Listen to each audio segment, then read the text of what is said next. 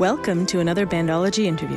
Bandology is a Canadian nonprofit dedicated to more music for more kids via education, collaboration, and community.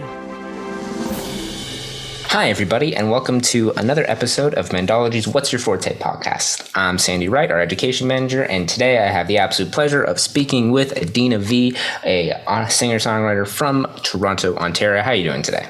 I'm doing so great, Sandy. Thanks for having me on. I'm very excited to be here. I am so glad you came back. You did a live stream with us last year. That was really fun. Mm-hmm. Yes. Some of those songs that you play are out now, which is really cool. Yes. So tell our audience a little bit about yourself, where you come from, what you do. For sure. Yeah. So I was born in Toronto, but raised in Mississauga. And I've actually been recently working a little bit more with the Mississauga Arts Council, as like I am kind of not born and raised, but like I might as well say born and raised in Toronto's little sister, Mississauga. But yeah, so I'm, like you said, I'm a singer-songwriter. I write, record, and perform like my original music. It's mostly in like the indie folk rock vein, like a little bit of country, a little bit of punk. We do it all. And yeah, so I sing and I play guitar. Guitar is my main instrument that I write on. And yeah, I perform sometimes solo, I perform duo. I have a band now, which is really exciting. That's always the most fun, to play this stuff with a full band. But I also like recently have been performing and recording on different friends' projects. So that could be anywhere from like pop stuff to R&B stuff. Like sometimes I do wedding gigs, private parties, like once in a while I'll do the odd jazz gigs. So definitely still have, I love singing in a variety of genres, but it's just not what I write in. Alongside performing and recording, though, I am also a private lesson teacher. So I teach piano and vocals, and sometimes other music things like ear training, theories, a little bit of songwriting. And yeah, that's pretty much what I do. I had been telling Sandy, I just graduated from the music program at Humber. So I wrapped up about a month and a half ago. And so, yeah, now I'm just kind of gigging, teaching, finding all those different music-related works out of school. Yeah, you sound like you've leapt into it. That's a very diverse and busy sort of portfolio you've got there. Sort of, yeah. It depends if I'm working for myself or working for like friends and other people who hire me. Like those are kind of the two spheres. Yeah. There's so for you, like obviously you play piano a little bit, you play guitar, that's what you write on, you sing. Where did that start from you? When was the first time you sort of like picked up an instrument, sort of started singing and going like, oh, I like doing this a lot? So it was probably from before I started making memories. Like we have home videos of and honestly my parents are the ones to thank for me being so immersed in music and loving it so much from a really, really, really young age. Like I just had so many toy instruments. Like I had a little like snare drum. I had a saxophone. That one was really interesting. I had a toy guitar, and I had those little pianos that they have like songs like the Itsy Bitsy Spider, whatever, but it's like they have the notes, but they're just like colorful circles and you have to match the color on the keyboard. So like I had like 2 or 3 of those. I was obsessed with them. So that literally was what started me. Like that was my first music lesson, I guess you could call it, were those little pianos. But then, yeah, and like singing wise, like my parents would just teach me. My parents are Romanian, and they would teach me these little like Romanian folk songs. Like that's my first language actually. And so, yeah, I would just be like singing, like I was like 2 years old and like giving little performances for my parents, like singing these little songs. But yeah, my formal music education started when I was around 5 years old. I started doing piano lessons, as like a lot of kids do, but it actually stuck. I was like gonna maybe quit around grade 5 and then took a little break, but then so happy that I decided to get back into it. And my parents were, they didn't push me. So I was grateful that they were like, okay, you need a break, like take a year. But then they also like supported me getting back into it. Cause like I would hate to think what would happen if they just like let me quit and that was that. Yeah.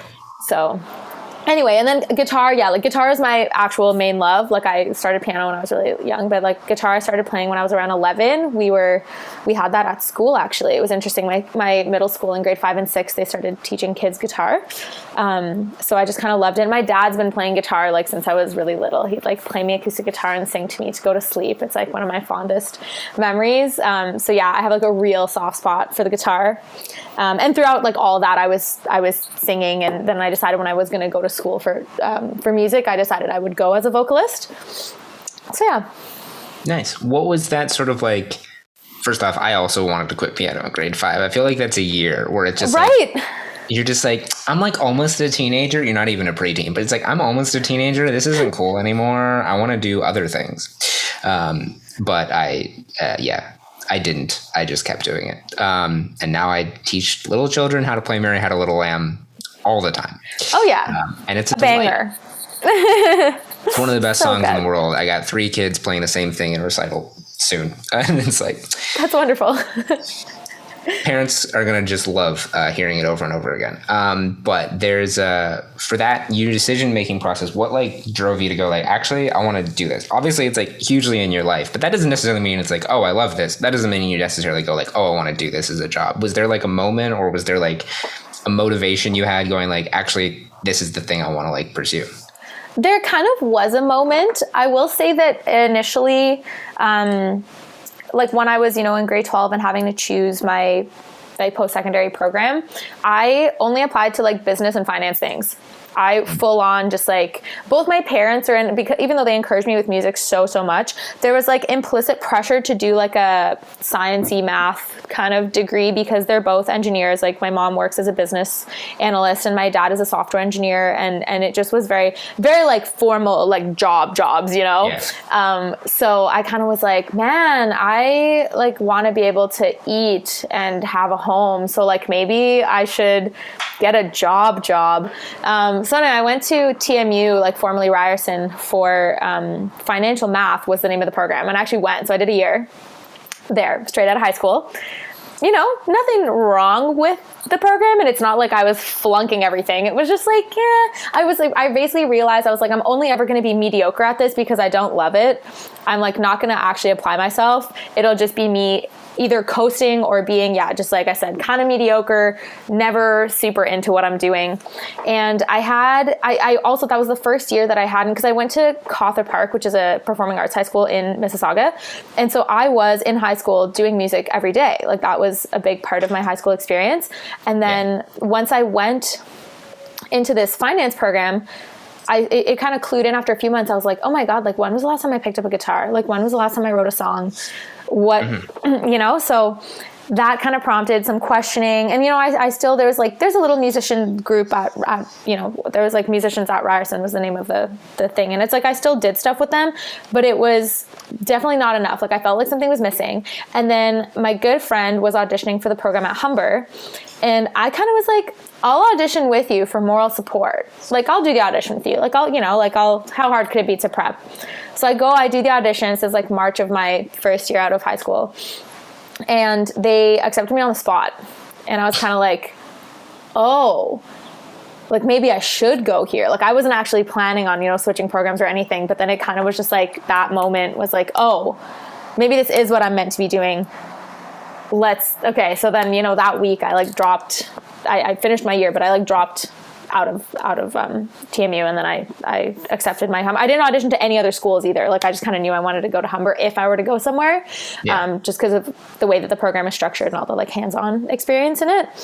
But so that's kind of how it happened. And like, I really found my people at Humber. It was a really, really good community and environment. And it was, again, one of those things that I was like, I will apply myself here and I will be able to excel here because I care and I love it.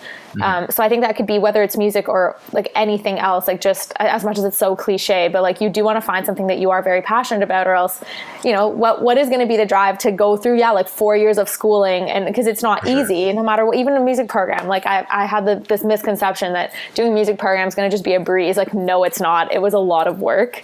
Right. But so that was kind of, again, like I got accepted on the spot and I was like, oh damn, like maybe let me reconsider. And so I did. But I can't not do music. It's like sometimes I don't really feel like I have a choice. Like not to get too like heady about it or anything, but like it feels very much like a purpose, and it kind of just feels like, have you read Effortless Mastery by Kenny Werner? No. Okay, this bad boy. Pretty good. Actually, you play piano, right? Yeah. So, okay, yeah.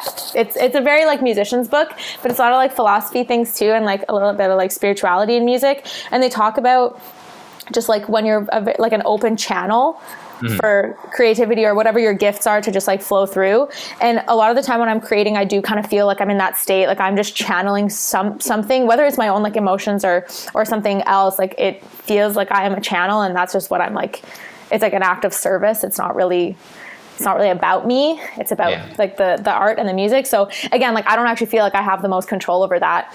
Like sometimes I write poetry as well, and there's been poems that I've written that are just like, I am like called to my laptop. I'm just like, oh, this feeling is like gigantic. Like I have to go, and like I just have to like write it out, and it's like I'm like vomiting I'm word vomiting onto my screen and like typing it out, and it's just like that's how it happens sometimes. So yeah. So again, I think it's like a very fateful thing, but I can't deny that throughout my upbringing, like it was very much instilled in me that like this is something that you love and you have an affinity for. So let's chase that. A lot of people, like, I feel like, especially like the students I work with and the students Bandology works with, they're like, in high school or like getting into high school, they're like, oh my God, I have to have everything figured out. Everything needs to be certain. And then I got to figure out my whole life. And it's like that ability to just go like, actually, no, that's not what I want to do. And be willing to like take the risk and like pivot into like the new thing. That's a huge part of life. And that's sort of like that story of like getting into music, which is like a hard career to pick. That's like a good thing. It's like you don't always know for sure, but then sometimes when you figure it out, you can just change and go into that sort of space. Yeah, and I think so. First of all, I don't think I know too many people. Maybe it's just the circles that I run in, but I know I can maybe count on one hand my friends and my peers who picked what they were going to do like at 17, 18, like out of grade 12, and have stuck with that and are either studying or like working in that field. Almost everyone I know has done a shift, has done a pivot, whether it's just into like a parallel program. Like I know someone who was in that financial mathematics program who just transferred over to like a computer science program. They just like that better. There's a lot of parallels between them. Or someone like me who's like 180'd. I have my roommate, actually my friend who I live with, is just graduated alongside me. She did like a science degree in BC before going to Humber. Like especially with how things are now, you don't even really sit in one job for your whole life. Like you have to be able to change and adapt no matter what field you're in. But then, and I don't think it's fair to expect people to have it all figured out at 17, 18. Just like try to pick the best thing for you at the time, but don't be afraid if that changes or if that stops igniting a spark and you find something else like it. And that's the other thing too. Like one of my closest friends like came to Humber, was in the program with me. Like he's 40. Right? Like he went back to school and he's 40. Like I just graduated, but I'm like 24, that took a sec. Like if I did everything right out of high school and didn't take any years off and didn't, like I'd be 22, but like, does that matter? Not really. So yeah, like don't be afraid of that. Like I wish people had told me that more, or like I wish I had friends who are a little older who like could tell me that, because I don't have an older sibling, I have a younger sibling, so didn't have that perspective. But yeah, having like lived through it, it's really not that serious. Like you can figure it out. Take time. All respect to the fact that it feels like the end of the world. Because when I was 17, it also felt like there's the emotions are like 100% valid, and like you've got so much pressure either like internally or externally. But it's like, I promise you, it's going to be easier. My favorite thing, I did a grad program, and almost like there were like four of us who were like 23-ish, and then everybody was like four. There were a few of us who were like in the 22, 23 range, and then a bunch of people who were like, this is the second phase of the career, or the third phase of their career. And it's like, they were way more motivating than my peers. My peers and I were like, oh my gosh, what are we doing? I'm not exactly sure what's happening. And then all these 40-year-olds are like, I don't know what's happening, but I have a family, so I'm good. And you're like, motivating. You're all I love that. Positive. Yeah. It's so like, it was so nice to like be around that. So it's really I'm not going to say go hang out with older people, but like getting perspectives from like people with more life experience is always like a positive thing. And it's less of a bubble. Don't stress about it. Like I think arts programs perhaps especially, but other programs as well. Like the more you stray away from like, okay, you have high school, like you're not going to like maybe someone like, skips a grade or maybe hangs back a grade, but you don't have a huge difference in terms of demographic, right? But the more you go out into like, post-secondary or the workforce or anything that you choose, you will be surrounded by people who are not quite so close to just like your demographic. And then you get those perspectives, and then you realize that, like everyone has chosen this, this program or this work study or whatever you're doing But yeah, we're all coming from super different places. And the unifying factor is just like, oh, we all want to be here. Like this was a choice. Cause like you don't really have the choice to go to like public school, right? Like you just go, unless your parents are just like, I'm going to homeschool you, which are like rare. Statistically, yeah, statistically rare. Possible, but rare. So yeah, you'll just like, yeah, it feels just, like I said, less bubbly and more like real world, real people. For sure. And especially like in music, with you have like techs who have been working at that bar for 20 years and have seen dozens of people come through, and you get like such insightful things from the guys who just like gig all the time, and you see them and they're like, yeah, I toured in the 70s with like, and they name like 3 famous bands, and then it's like, and then I just like, chilled out, and we're like, okay, can you explain me your whole life story? But for you, taking in those like outside perspectives and stuff, are there people like artistically or like from like a career, like educational perspective that you call like major influences or like mentors, and people who you're like, oh, that's someone who really impacted me? For sure. So I'll divide this up into 2 camps of people. So like my, I almost said like real world, as if like famous people are not real. Like, yes, they are. But I mean, like, I'll divide it into like artists who really influenced me in my writing and my sound. And then the people like in my life, in my community, who have also shaped the person and musician that I am. So let's start with the latter. I definitely have a few teachers that I like, they had a huge impact on me. Like Lisa Martinelli is the head of the vocal department at Humber, and she was very, very supportive and just like pushed me to be the absolute best like singer I could be, and just a very motivating person, and really, really caring. Like I'm sad I don't get to study under her anymore now that I've graduated. But and also Christine Duncan and Suba Sankaran were 2 of my vocal teachers at Humber who taught me a lot about vocal production, and just like I feel like such a more sustainable and like versatile singer because of them. And so it just feel really good in my voice because of them. I'd say actually, yeah. So like the people through the Mississauga Arts Council have been really, especially in the past like couple years. Sherry Murray works for them, and she actually nominated me for, I'm sure we'll talk a little bit more about this, but I recently won a MARTY, which is a Mississauga Arts Award. And she kind of has been, like a mentor about just all the Mississauga stuff, that she's like, hey, I'll nominate you for this. Like, I think you've done great work. Like she's kind of, just not held my hand, but just like shown me some opportunities that I otherwise wouldn't have gotten. And then also Heather Christine is a Mississauga musician who, like, I did a little interview with her maybe a few months ago, and she's just one of the most, and she does so much. Like, she's also a teacher, but she performs a ton, and she is just one of the kindest, most like open, wholesome people that I've ever met. And she's like, and she is a little bit older. She's been doing this for a while, but she also did a career pivot. So she's just a great person to know. And she's like, anything you want to ask about, like, feel free to reach out. Like, she's really happy to support. So those would be and I'm sure there's more. Like, I'm sure that I'm forgetting some really monumental people, but these are like who I could think of in my immediate life. But I will say the reason that I am who I am as an artist, as a singer, as a songwriter is because of Miss Swift. Miss Taylor Swift is the reason that I do what I do. Like, no lie at all. No lie at all. I was like 12 years old. Fearless really did it for me. I have a bit of a thing for that snare sound at the top of that album. Like, why is that one of the best sounds that I've ever heard in my life? If you don't know what I'm talking about, you should go listen to the snare sound in the beginning of Fearless. But I had one of those, those books that have the like little bit of not tabs, but they just have chord symbols and like guitar chord diagrams, and then the melody. It was like that kind of book.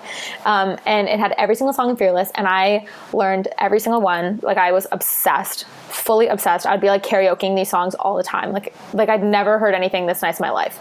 And so I was just, I was like obsessed with Taylor Swift, and I wrote my first song when I was 12 as well.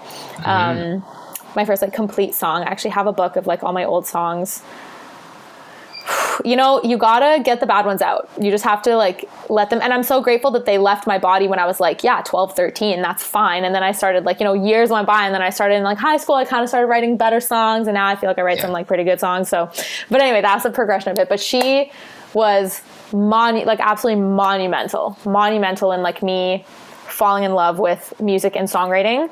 And then also I have a fun story about Mr. John Mayer. also huge as a songwriter, as a singer. Like I love him a lot. I was 9 years old and I was in the car with my parents, and like I thought that it was the radio, and I heard, so his first album, Room for Squares, like I heard the first track, No Such Thing, and I remember being like 9 years old in the backseat being like, oh my God, this song is so good. Like, I love the song so much. Like, everything about the song is so amazing. And then we pull into the garage and like, I'm crying because I think that was on the radio. I was like, I'm never going to hear that again. I'll never be able to hear that again. Like, that was the best song I've ever heard in my life, and I'm never going to be able to hear it again. And then my dad's like, no, it's a CD. And he pulls out Room for Squares. And I was like, so for like months, the only thing I would have playing in the car was just the Room for Squares. Like, it would just be like on loop. And I was so obsessed. And just like the acoustic sound on that was so nice. And I loved the songs. They were so catchy and like clever. So that's my origin story. That's my singer-songwriter origin story, is Taylor Swift, Fearless, John Mayer, Room for Squares. And more recently, I really love writers like Lizzie McAlpine and Andy Schaaf are big for me in like the songwriting world. But yeah, can't deny that like the pillars of who I am as an artist are like T Swift and John Mayer. I think one of the first two CDs I bought was her like as a kid, was definitely her debut album. And I once talked to a guy about songwriting. It was just a dude that I don't like. It was just a guy I was talking to at like a bar or something. And I was like, he's like, oh, what are your songwriting influences? I'm like, well, right now I've been listening to like Taylor Swift a bunch. It was right after like, oh crud, what was it called? Not August.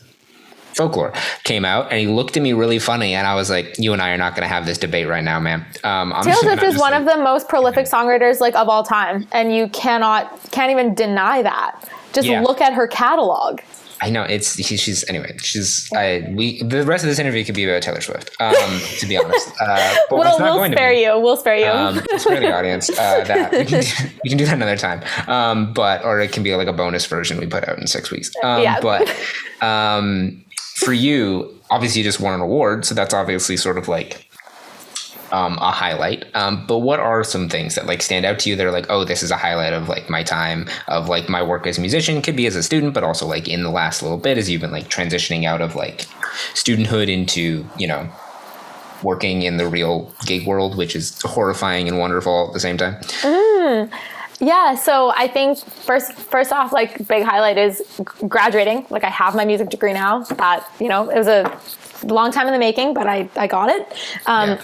Excuse me. And then so this award, the MARTY Award, that ceremony was last month, and it was super cute. Like I haven't gone to dressed up and gone to a gala in a very long time. It was really sweet. Me and my friend went, and so the award that I won was for emerging solo vocalist. And they saved that award right for the end of the night. I was like it was like 4 hours, but it was nice. They gave us dinner and whatever. It was very sweet. But then it was like right at the end, and it was so sweet that I won. Like everyone else nominated was also super, they're super talented. But it was quite nice because, again, like Sherry, who I mentioned, nominated me. She was like, do you have a nominator for the MARTYs? Like, I'll do it for you. You've done some great stuff this year. So that was super, super cool. It's like the Mississauga version of the Junos. So I got a nice little plaque there. And the other thing with MAC, last summer, I won their inaugural songwriting contest. So they started a songwriting contest called like Saga's Song of the Summer. And I submitted a demo of this song, Admit It. And it was just like guitar and like some stacked vocals. And they really, really liked it. And then the prize for that was a free recording session at Metalworks, and to like mix in and produce this song that won. So right now I'm in like the final stages of like, I just need to finish editing the song and then send it off to my like mix engineer and get that mixed and mastered. But that'll hopefully be coming out like sometime early August, which is exciting. It's very Fearless and Red vibes. So may or may not be a banjo on that track. Just saying, it's going to be really fun. So I'm really excited about that. And then, again, so winning that award was really sweet. And then you mentioned the Union Station video. So like Canada's Music Incubator and TD does this artist series called TD Music at Union Station. And my friend Ken asked me to basically EDMify some of my songs that actually, so those are released under my Live in Toronto EP. But like, I didn't understand that you need to pitch to playlist and promote things before they come out back in 2020 that I just didn't know that. So the album flopped like a fish out of water. Like it performed very poorly. Still, I'm very proud of it, and it's there. But that stuff is never going to break 1,000 streams, and I just live with that. But so he took these songs and he basically breathed like a second wind into them, and we did that performance. There's a full YouTube video of it up on like I think it's CMI's YouTube channel. It's linked in like all of my social bios. But yeah, and then Ken took the songs and like actually we professionally recorded them. So we've been like releasing those. So 2 of the 3 have been released already. That's Borderline and Too Shy. And then the full project, like with the last song as well, drops July 11th. So that's something to like look forward to. One more thing I want to say in terms of career highlights, because like you're saying, yeah, going in and like starting to gig can be scary, and like just cold emailing bookers and venues and stuff. But you know what? Like some will answer, and as long as you have good promo materials, like a few good videos, like photos, demos, or recordings. So I've played a few like classic Toronto venues semi-recently. Like I played Sneaky D's, I played the Horseshoe with my band. So like that's been really fun as well. It's getting a little bit more into the gig circuit. So yeah, and like I'm band leader, so like I have to mostly take care of those things. But the more you do it, the more that like you know other bands, and then instead of you having to maybe do the work of booking a show, someone else will have done it, and they're like, do you want to share a bill with me? And then that becomes actually, you know, I'm like, yeah, sure, and that's the only thing I have to do, and they're organizing stuff. So it's like we almost take turns being the person who has to do all that extra legwork. But for the most part, it's super worth it. It's really fun.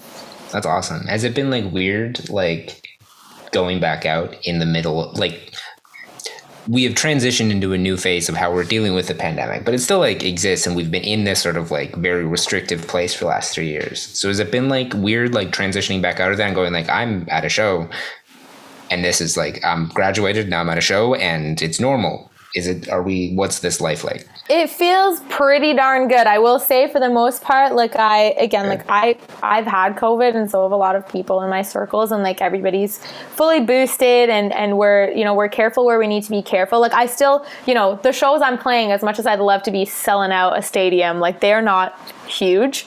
So it's not, sometimes being in like a really big crowd for a show, I've been to a few concerts, but like that still feels, sometimes I'm like, oh my gosh, this is strange. But with the littler shows at bars and those kinds of venues, it's just kind of feeling good and regular. And I'm really grateful that people are, they're hungry for it. They want to go out. They want to hear live music. So there's definitely like a lot of audience like warmth and excitement, like anything. They're just like, oh God, thank goodness something is happening. That isn't just me sitting here awkwardly at dinner, sort of nervously glancing around at like random people coughing. So for you, because you've had sort of like, you've been to music school and you had these sort of like teachers and like you've been in this sort of education system, and now you're going into the real world, like it turned into a career for you, is turning into a career for you. What is like that? What makes for you, why is music education important, or why do you think it's important to like, people at large? That's a great question. And I do, first of all, like I believe in that statement. Like I do agree that I think music education is very important. And whether or not it transitions into a career, is not actually like the crux of the question. I think it's, I think it provides a really wonderful outlet for expression.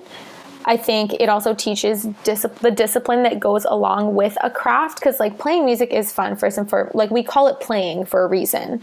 So music is in itself a fun thing, but in order to get yourself to a place where you feel confident in your abilities and you're like feeling good on your instrument or whatever you're doing, like you do need to have the discipline to practice and to learn. So I think it teaches us that. I will say like I teach privately, but I think that music is a very community-oriented activity, and I think things like what I like about music school in high school as well, even in middle school, because there's ensembles, there's choirs, there's bands, like those kinds of things to get involved in that, and you need music education to have that, and those like extracurriculars are, I would argue, like that's where you make your memories in school, like when you are a kid and you're going through the school system, like that's the stuff that you remember. Like, obviously you are learning all your subjects throughout, but those are the most important things. And then, like, again, to play music with others is such a nice, like, community building exercise. And I think it brings a lot of joy. But then also, I consider it to be for everyone, like, not just for kids. I know, like, a lot of the time it's kids. You get into music young, and it's nice because it, like, kind of grows with you. But I actually teach a fair bit of adult students, and I love my adult students. Like, I think it's great. You can kind of pick things up no matter where you are in life. And even if it is just kind of like as a hobby, like I said, it's an outlet.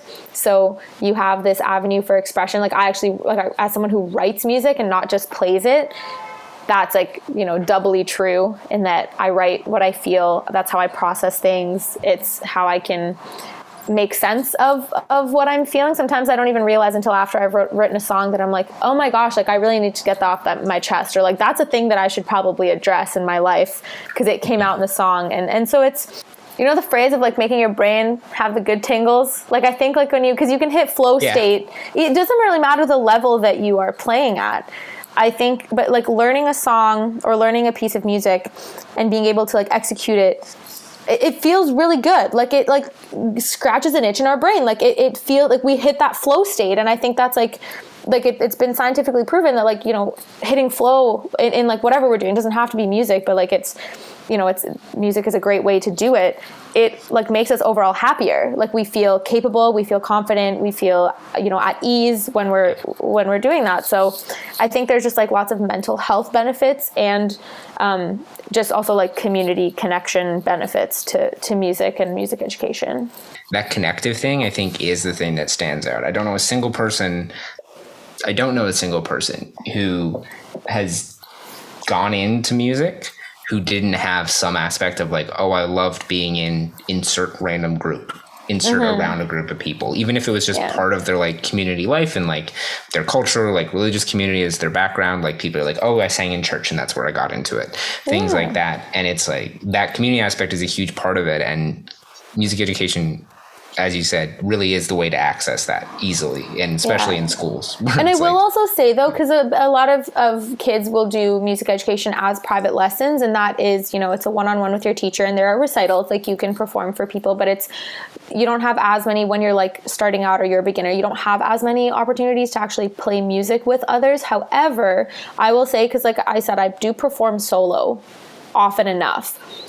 There's still a connection going on with my audience, like, with whoever I'm playing with. Like, it's still a conversation between me and audience or me and listener, right? Even if I can't play with, let's say I'm not playing with a friend or whatever. So even if you're playing just by yourself as solo artist, like, there is still something inherently connecting with, like, anybody who gets to hear that, or even just within yourself. Like, most of my practice done when I was younger, like, I'd wait till my parents left me home alone, and then I'd go to the piano and I would just, like, sit for, like, hours and write and cry and, you know, lift every Taylor Swift song there ever was, like, you know. So, but that was still, I feel like it was still a connective, like, practice to do that. That community aspect, I think, is really important thing that you're, like, pulling out of, like, music education there, even when it is that sort of, like, you in the audience, not even when it is that you in the audience, when you're, like, because you're in a space, and music helps create, like, a communal space. And I think that's a really important thought that I haven't heard articulated like that a ton. From that sort of, like, community experience, that's a really important, like, thing. And obviously you have a lot of, like, experience with, like, being in music in a bunch of different avenues. So what kind of advice would you give to people who, like, kind of want to do what you do, or just want to, like, you know, get into music and do more of it and be creative? I love that question because, like I said, I've been doing this for a really, really long time.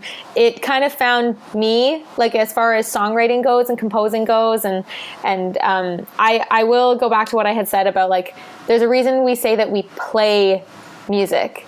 Like, music is play. Yes, there is discipline that goes into it, but please make sure that we keep an element of fun in it all the time. And I try to do this in my lessons as well.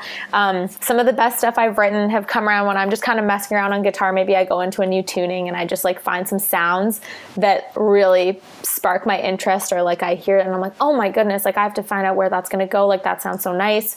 And that brings me to my next point, which is just, like, listening.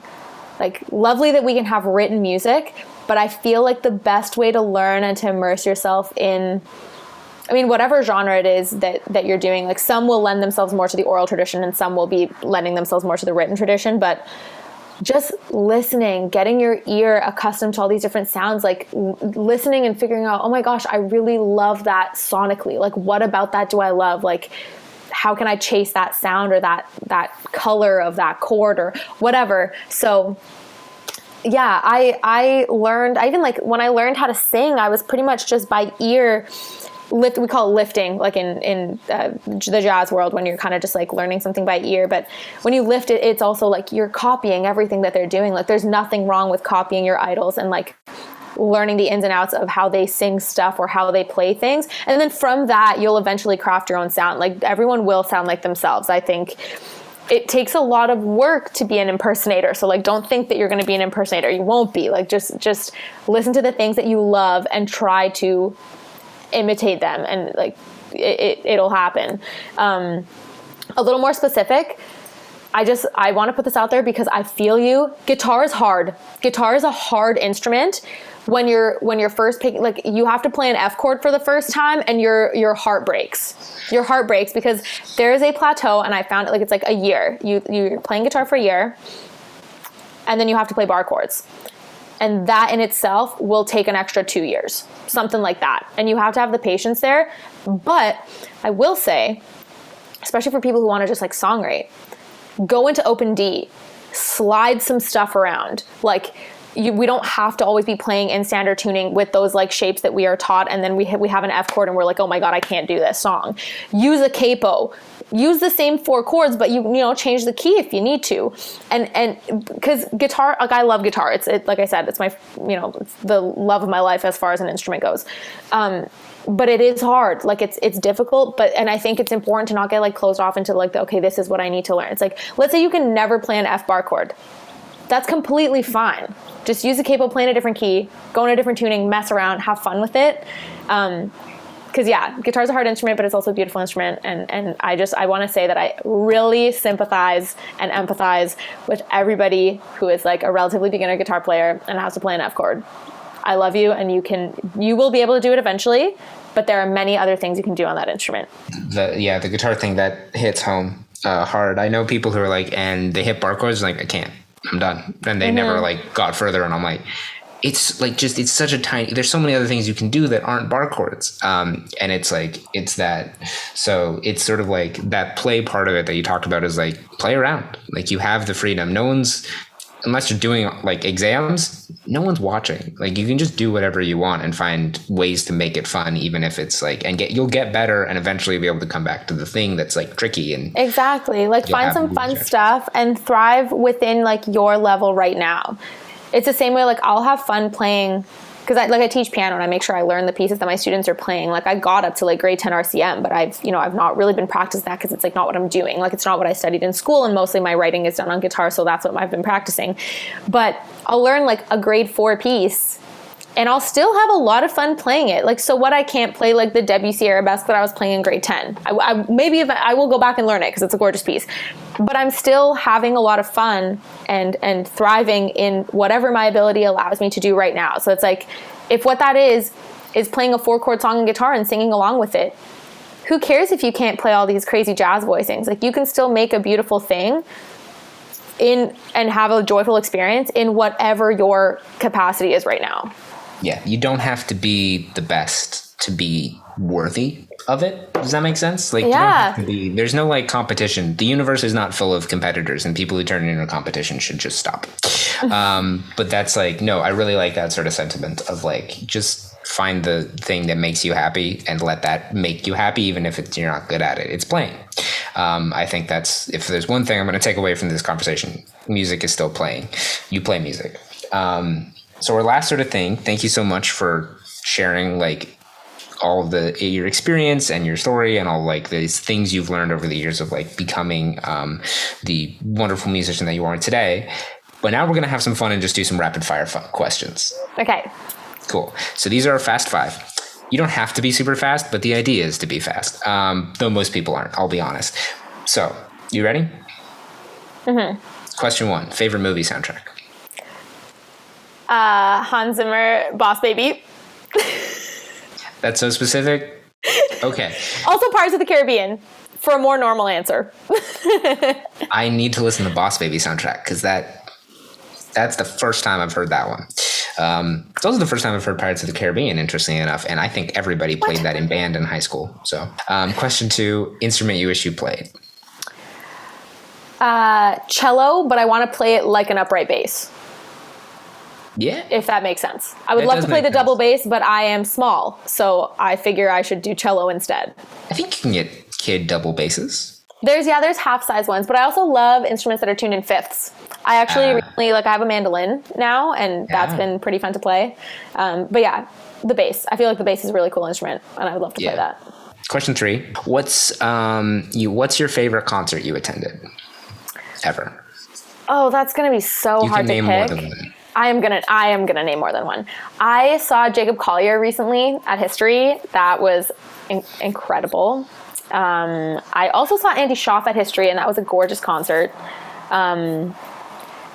I also saw a few years back. One of my favorite bands is the 1975. You know, I really was a Tumblr girl in my day.